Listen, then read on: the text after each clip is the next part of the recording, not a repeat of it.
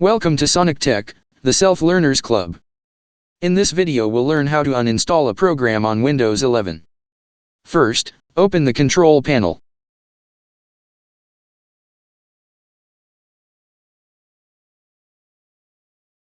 From the Programs option, click on Uninstall a program. Look for your program which needs to be uninstalled.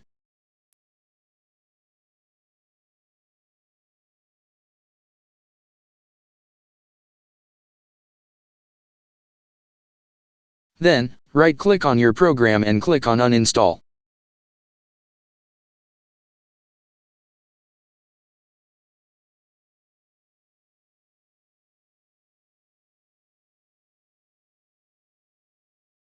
You can uninstall another program in the same way.